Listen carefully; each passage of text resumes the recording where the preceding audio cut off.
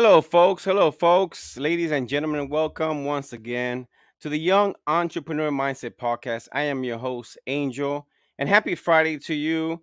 I'm glad you're here today watching live. Please share this stream on Facebook, Instagram, Twitter, whatnot. Also, if you're watching on YouTube, please subscribe to the channel. I greatly appreciate it. I appreciate any feedback, comments, anything that you can share with us, it'd be greatly appreciated. And please share on Facebook, also my page. Also share, give me a review on Apple Podcasts, Google Podcasts, anywhere you get your podcasts. You're gonna be able to hear this audio shortly after I finish this live here.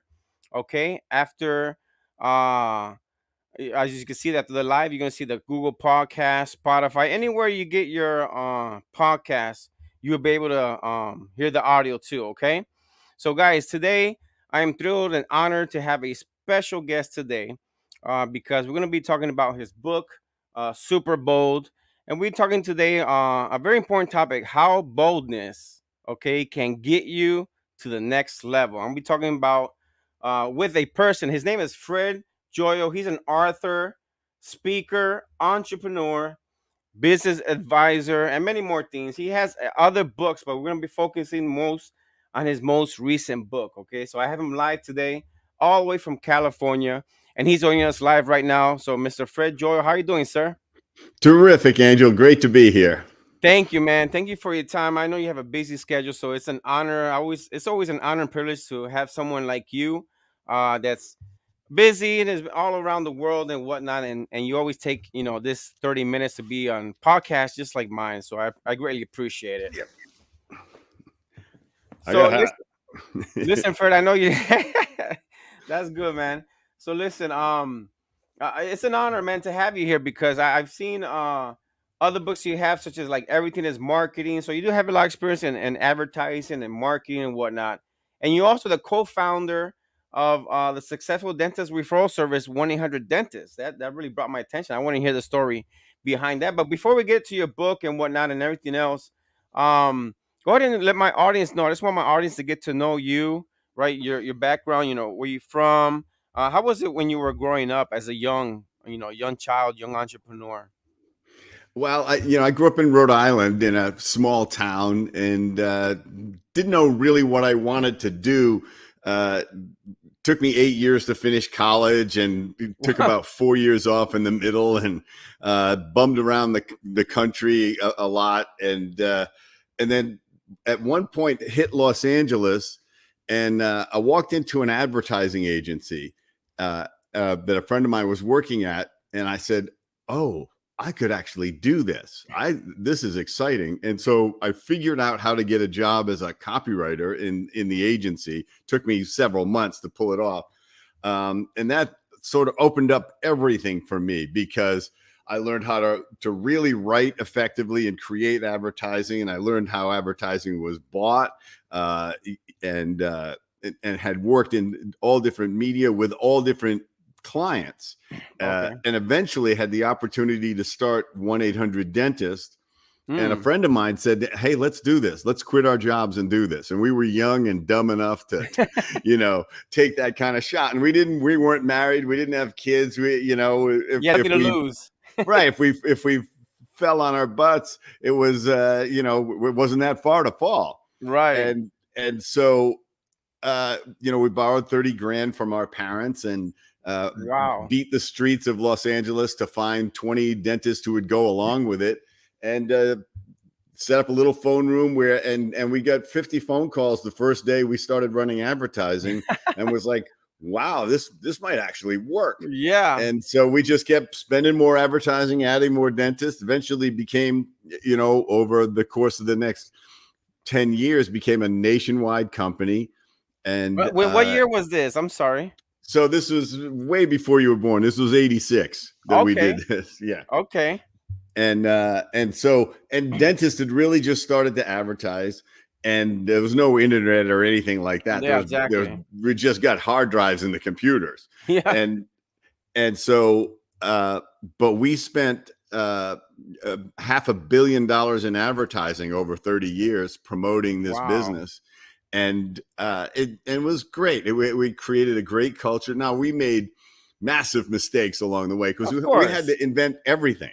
Yeah. We didn't. There was no template to turn to for Exactly. any aspect of the business.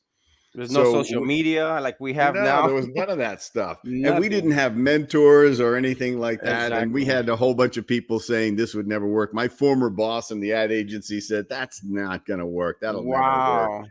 So you'll hear that as a young entrepreneur, and you got to use it as motivation. You have to. You have to. I mean, look at you. Just like you said, you had nothing to lose. You gave it a shot, but it worked out. According to Yeah. what where it's at now. Of course, look at where the people are now. They probably told, "Oh, that's not going to work out." It reminds me of the story of where Apple started, where Amazon started. When people, "Oh, you're not gonna. That's not going to work." Look where those guys are now. Yeah. Yeah. And they have a vision for what can be. Now, we didn't have a vision that it would get as huge as it did, but Yeah. we just kept working incrementally, Okay. and made it a great place to work. So we had really good people. We sold it about 5 years ago, and in my Okay. last month at work, I celebrated three 25-year employees, three people that was their anniversary in the same Wow. month.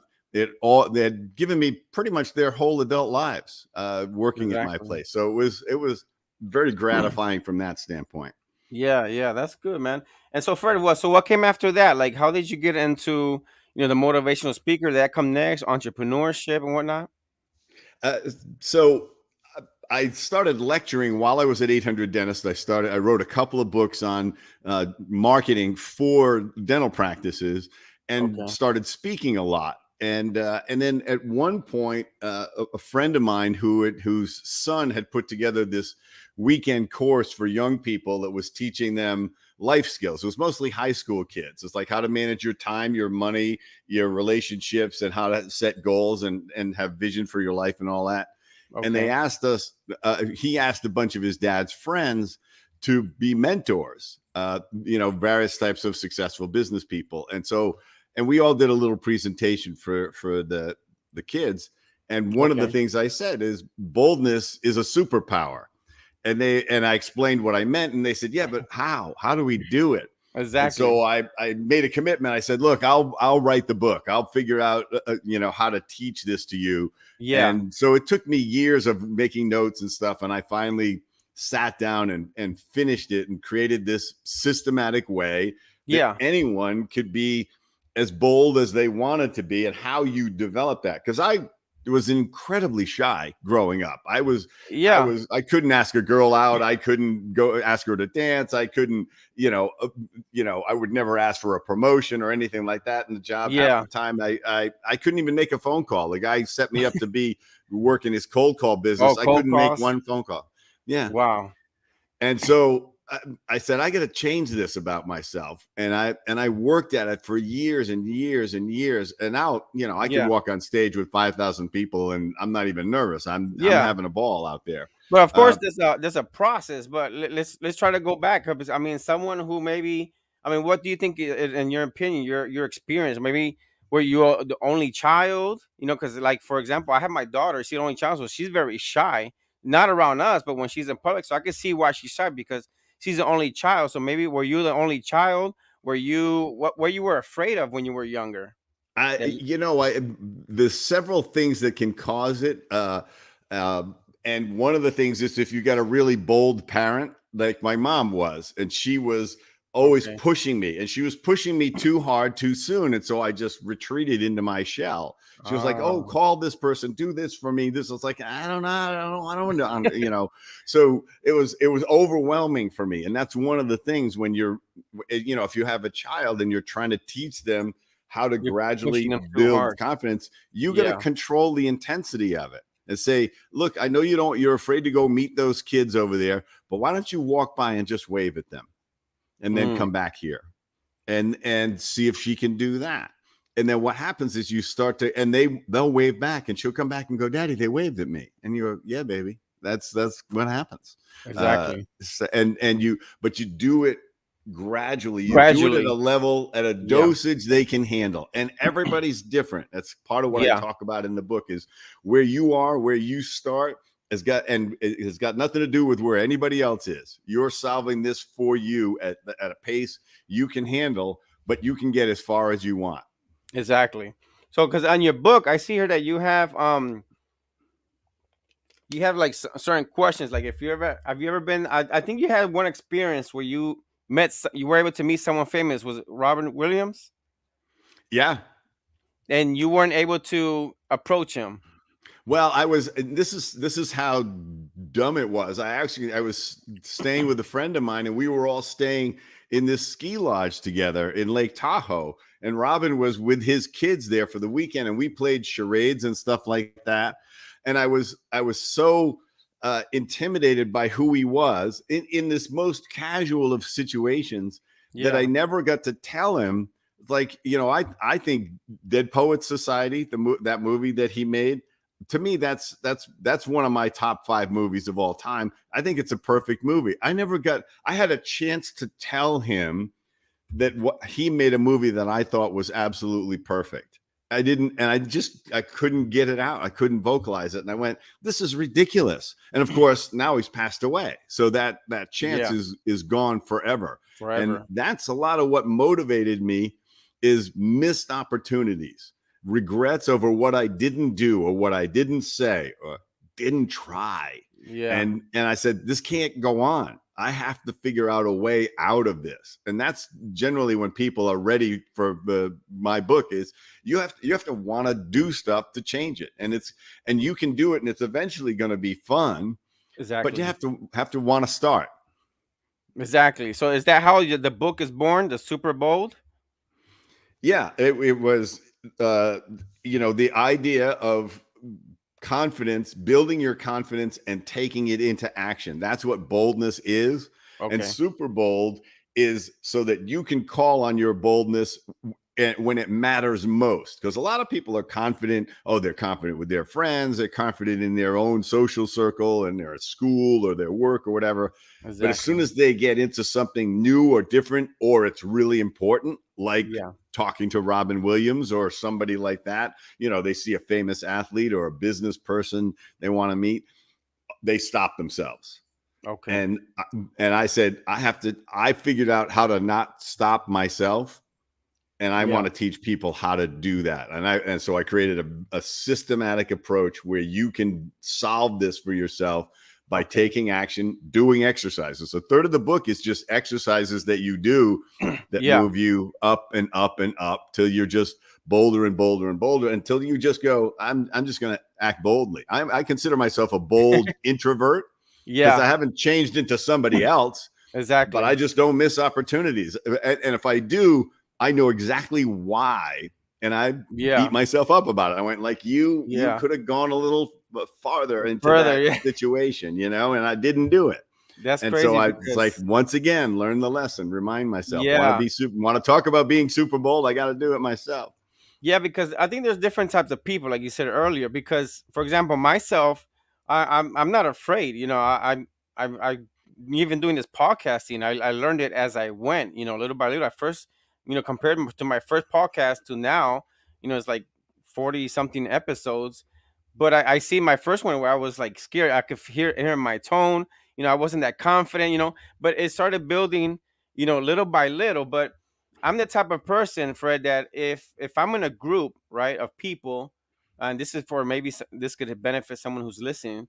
It's not that I'm afraid, but I'm a listener, right? I'm gonna listen first to my surroundings and maybe scan or evaluate people. So, but some people can label me, okay, this guy, he's the shy one in the room. Not necessarily that I'm shy, is it I'm observing and listening first.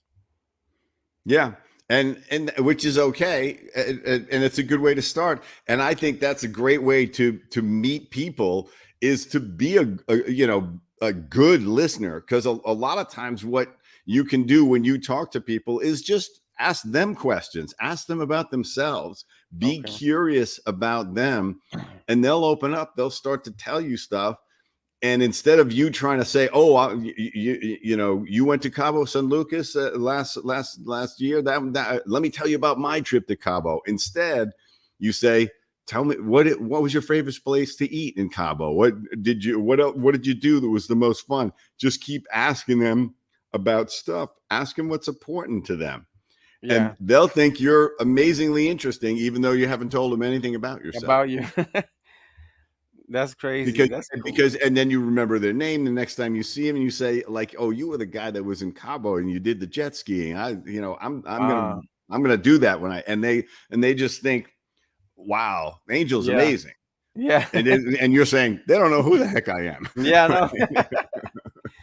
So, Fred, when they go to your website, right, fredjoel.com, and you have free consultation, what do you how do you work with people? Like, what's your main thing to work So with? most of my work now is I'm coaching CEOs. I'm coaching Okay. business people who are with my 30 years of business experience and having made giant mistakes over the years, and Yeah. I can help people navigate the business world and not have to figure everything out themselves. I mean, there's sometimes I can say something and just say, "Yeah, you don't do that," or "Just do this. Make sure you're a Delaware corporation," or something like that. Sometimes it's a little bit of Yeah. tidbit, and sometimes it's a big, like, "Don't go that way, go 90 degrees from that way." Yeah. uh and or it's time to hire this person or fire this person. I coach them on whatever they need, because everybody's got weaknesses and blind spots. Yeah. When we're young entrepreneurs, we're constantly